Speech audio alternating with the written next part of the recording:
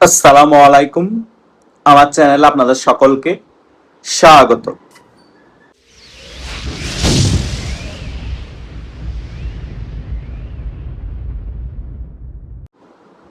বর্তমানে বিএনপি সরকারের মতো চাপে বাংলাদেশে কেউ আছে কিনা আমার মনে হয় না। এই বর্তমান বিএনপি সরকার না পারতেছে অনেক কিছু পাবলিকলি বলতে, না পারতেছে সহ্য করতে। একেবারেই এই বর্তমান বিএনপি সরকার চেগাইয়া ভেগাইয়া আছে, খাস বাংলায় বললে। কেন বলছি?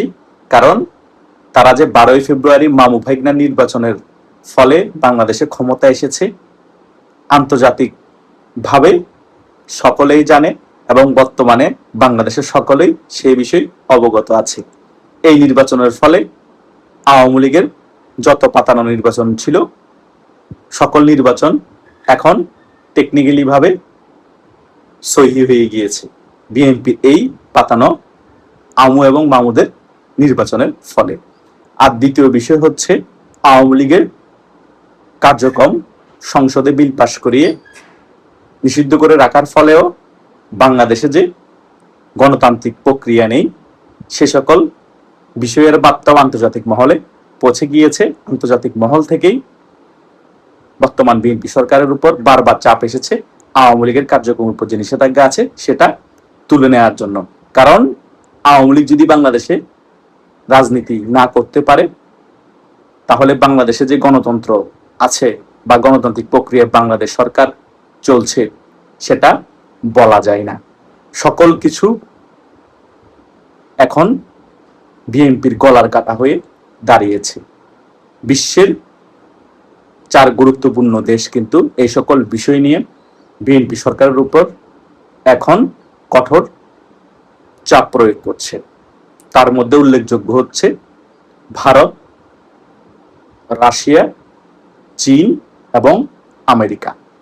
সকলেই একটা বিষয়ে একমত, সেটা হচ্ছে বাংলাদেশে গণতান্ত্রিক প্রক্রিয়া ফিরে আসুক এবং বাংলাদেশ আওয়ামী লীগের রাজনীতিও বাংলাদেশে ফিরে আসুক। বাংলাদেশের মধ্যে সকলেই রাজনীতি করার অধিকার রাখে এবং সকল রাজনৈতিক দল রাজনীতি করার অধিকার রাখে। এই কয়েকটা বিষয়ে এই 4 পরাশক্তি একমত। এখন আপনারা প্রশ্ন করতে পারেন, তাহলে কি 4 পরাশক্তি আওয়ামী লীগ ক্ষমতায় আসুক সেটা চাই?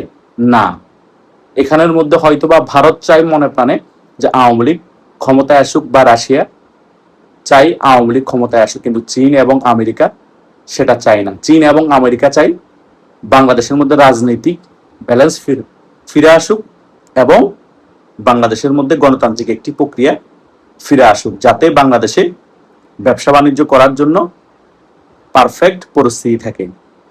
এগুলো হচ্ছে চীনের চাহিদা।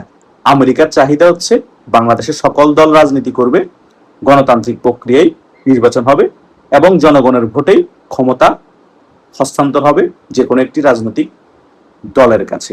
কিন্তু যে সকল বিষয়গুলোতে 4 দেশ বর্তমান বিএনপি সরকারকে চাপ প্রয়োগ করছে, বিএনপি সরকার বাধ্য হয়ে এই বিষয়গুলো মানতে হবে।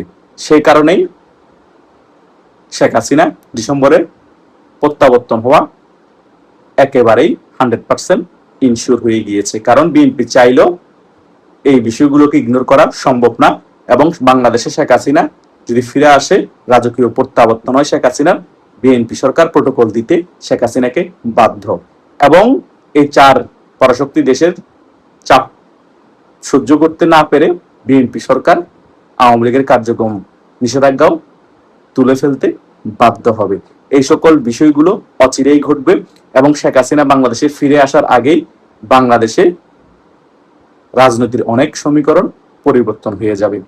কেউ আওয়ামী লীগের নেতাকর্মীদেরকে ঠেকিয়ে রাখতে পারবে না এবং আওয়ামী লীগের নেতাকর্মীদেরকে জেলের ভয় দেখিয়েও রাজপথে নামা থেকে দূরে রাখতে পারবে না। এই সকল কর্মকাণ্ড করার কারণেই এই 2 বছর আওয়ামী লীগ অনেক জনপ্রিয়তা শীর্ষে পৌঁছে গিয়েছে এবং আওয়ামী লীগের নেতাকর্মীরা এখন কাফনের কাপড় মাথায় পরে নামার জন্য সংগঠিত হচ্ছে এবং শক্তি সঞ্চয় করছে। এগুলো আওয়ামী লীগের জন্যই লাভ হয়েছে। আওয়ামী লীগ ফিরে আসতে যেখানে 5 বছর লাগার কথা, সেখানে 2 বছরের মধ্যে আওয়ামী লীগ দ্বিগুণ শক্তি নিয়ে বাংলাদেশের রাজনীতিতে ফিরে আসার সময়ের ব্যাপার। এবং শেখ হাসিনাও যেখানে 5 বছর পরে বাংলাদেশে ফিরে আসার কথা, সেখানে শেখ হাসিনাও এই ডিসেম্বর মাসে বাংলাদেশে ফিরে আসছে। এগুলো সকল কিছুই বিএনপির ভুল রাজনীতির ফসল। বিএনপি যদি সংসদে বিল পাস না করিয়ে আওয়ামী লীগের কার্যক্রম সচল রাখতো, আওয়ামী লীগকে আওয়ামী লীগের মতো রাজনীতি করতে দিত, তাহলে কিন্তু শেখ হাসিনা বাংলাদেশে ফিরে আসার ন্যারেটিভ তৈরি হতো না এবং আওয়ামী লীগের জনপ্রিয়তাও এত বাড়তো না। রাজনৈতিকভাবে যদি আওয়ামী লীগকে মোকাবেলা করে একেবারে কোণঠাসা করে রাখতে পারতো এবং জনগণের কাছ থেকে মাইনাস করে রাখতে পারতো, তাহলে আওয়ামী লীগ অন্তত দুর্বল থাকতো। কিন্তু তারা সেটা না করে বল প্রয়োগ করেছে, জোর জবস্থায় আওয়ামী লীগের কার্যক্রম নিষেধাজ্ঞা দিয়ে রেখেছে, শেখ হাসিনা নামক প্রোপাগান্ডা ছড়িয়েছিল এবং আওয়ামী লীগের নেতা কর্মীদেরকে অনেক বেশি দমন নিপীড়ন করে জেলে বেরোচ্ছে। গুম, হত্যা, লুটপাট সকল কিছুই বাংলাদেশে এই 2 বছর ধরে করেছে এবং বিএনপি সরকার ক্ষমতায় আসার পরে এই 6 মাস ধরে এই সকল কার্যক্রম চলমান আছে। সো এই সকল বিষয়গুলো পর্যালোচনা করেই এই 4 দেশ বর্তমান বিএনপি সরকারের উপর খুব কঠোরভাবে কূটনৈতিকভাবে চাপ দিয়েছে রিসেন্টলি যে আওয়ামী লীগের রাজনীতি বাংলাদেশে ফিরতে হবে এবং শেখ হাসিনা বাংলাদেশে প্রত্যাবর্তন করলে কোনো ধরনের আঁচও যাতে শেখ হাসিনার উপর না পড়ে এবং আওয়ামী লীগের যে কার্যক্রমের উপর নিষেধাজ্ঞা আছে সেটাও যাতে অচিরেই তুলে ফেলা হয়। তার মানে বুঝতে পারতেছেন বিএনপি কোন লেভেলে চাপে আছে। যে আমি যে প্রথম ভিডিও শুরুতে বলেছি বিএনপি একেবারে চেগায়া বেগায়া গিয়েছে, এটা কিন্তু ভুল বলিনি। বিএনপি নিজেদের ভুল রাজনীতির কারণে ক্ষমতায় আসতে না আসতে মাত্র 6 মাসেই অনেক বড় বিপদে পড়ে গিয়েছে। আল্লাহ না করুক বিএনপি এই 1-1.5 বছরের মধ্যে হয়তোবা পতনও হয়ে যেতে পারে, আরেকটি মধ্যবর্তী নির্বাচনও বাংলাদেশে হয়ে যেতে পারে। আর সেই নির্বাচনে যদি বিএনপি হেরে যায়, বিএনপি আবারও 30 থেকে 40 বছরের জন্য ক্ষমতার বাইরে চলে যাবে। আর এইবার যদি বিএনপির পতন হয়, বিএনপি 30-40 বছর আর ক্ষমতায় আসতে পারবে না। কারণ আওয়ামী লীগের যেরকম আন্তর্জাতিক একটি সাপোর্ট আছে, আওয়ামী লীগ যেরকম অনেক সাংগঠনিক একটি দল, বিএনপি ওই লেভেলের সাংগঠনিক দল না, কিন্তু জনপ্রিয়তা আছে এবং আন্তর্জাতিক ভাবে বিএনপি ওই লেভেলে শক্তিশালী না যেভাবে আওয়ামী লীগ শক্তিশালী। সো সকল বিষয় যদি আপনারা পর্যালোচনা করেন তাহলে বুঝতে পারবেন আওয়ামী লীগ খুব শীঘ্রই বাংলাদেশের রাজনীতি কামব্যাক করছে, শেখ হাসিনাও কামব্যাক করছে এবং বর্তমান বিএনপি সরকার একেবারেই আন্তর্জাতিক মহল থেকে চাপে আছে, একেবারে কি আছে, চেগায়া ভেগায়া আছে। সো বিএনপির কপালে যে শনি আছে সেটা একেবারে ক্লিয়ারলি আপনারা বলতেই পারেন। আর আওয়ামী লীগের নেতা কর্মীরা অতি উৎসাহী হয়ে ভুল কিছু করিয়েন না, এখনো কিন্তু আরো সময় বাকি আছে। কথায় আছে না, সবুর কা ফল মিঠা হতা হে।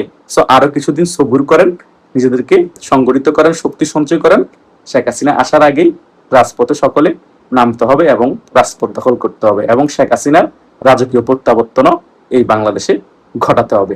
আশা করছি এই ভিডিওর আলোচনা আমি যে সকল বিষয়গুলো আপনাদের কাছে তুলে ধরার চেষ্টা করেছি, যারা আমার এই ভিডিওটি প্রথম থেকে শেষ পর্যন্ত দেখেছেন তারা মোটামুটি সকল বিষয় একেবারেই ক্লিয়ার হয়ে গিয়েছেন যে আমি কি বিষয়গুলো আপনাদেরকে বুঝাতে চেয়েছি। ধন্যবাদ সকলকে।